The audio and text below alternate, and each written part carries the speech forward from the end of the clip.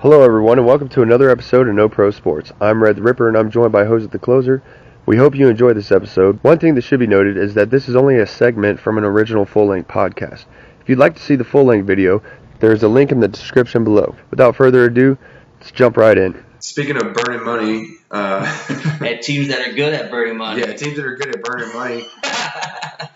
The Cleveland Browns came out in free agency looking like their normal selves, dropping big money on offensive tackle Jake Conklin and tight end Austin Hooper.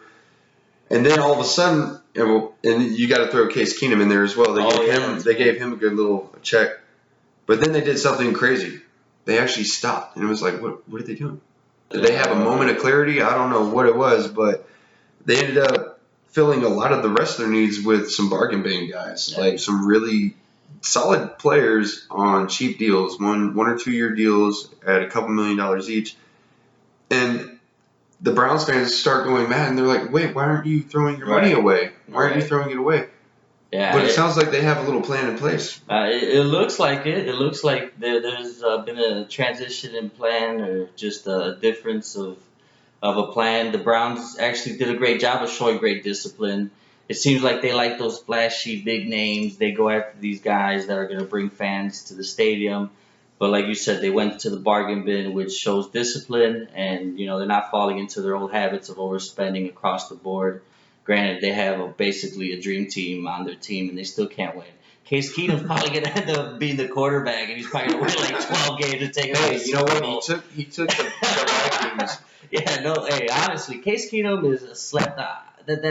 I don't want to get into the different quarterbacks or my personal favorite team, but that's a whole other conversation. It's Baker Mayfield. Yeah, like Baker Mayfield might be out of the job, and it's not going to be due to coronavirus. All right, guys, he's going to be out of the job because he sucks. But no, absolutely, they did show something, so that's good. At least it's some type of you can only hit yourself over the head for so long until you do something, but. Yeah, it only took them 20 years of making bad signings in free agency to finally learn, hey, maybe we should hold back and see how we do in the draft with all these picks. Yeah, why don't we wait? Yeah. By the way, we got to save some of this money to re-sign some of these guys, right? Yeah, exactly. And I think that is what you're alluding to. I do feel like that's kind of their focus on preserving their future cap space in order to re-sign some of the cornerstone players such as Myles Garrett.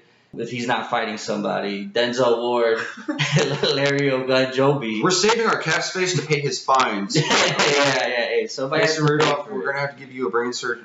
Yeah, but that was messed up. That was crazy. Honestly, that's messed up, dude. I don't know what he said, but that was messed up. Did Garrett hit him, or was it... he almost hit him with a... But he didn't hit him, though, right? No, I don't think it actually made contact, but he took a swing at him. For a big man to restrain himself like that shows a lot of mental clarity, because a lot of people would have just snapped. But anyway, also Nick Chubb, that's another guy that they do need to focus on re-signing. So they're being good, not because they're smart, but because they have to. But they're smart enough to know they have to. So good for them. They caught themselves doing what they told themselves they weren't gonna do before it started. Like they're like, oh, dang, why did we get Hooper? Let's go get some bargain guys to make up for it, because they have David Njoku. Somebody had an intervention with them. Hold on, guys, I told y'all we gotta stick to the plan.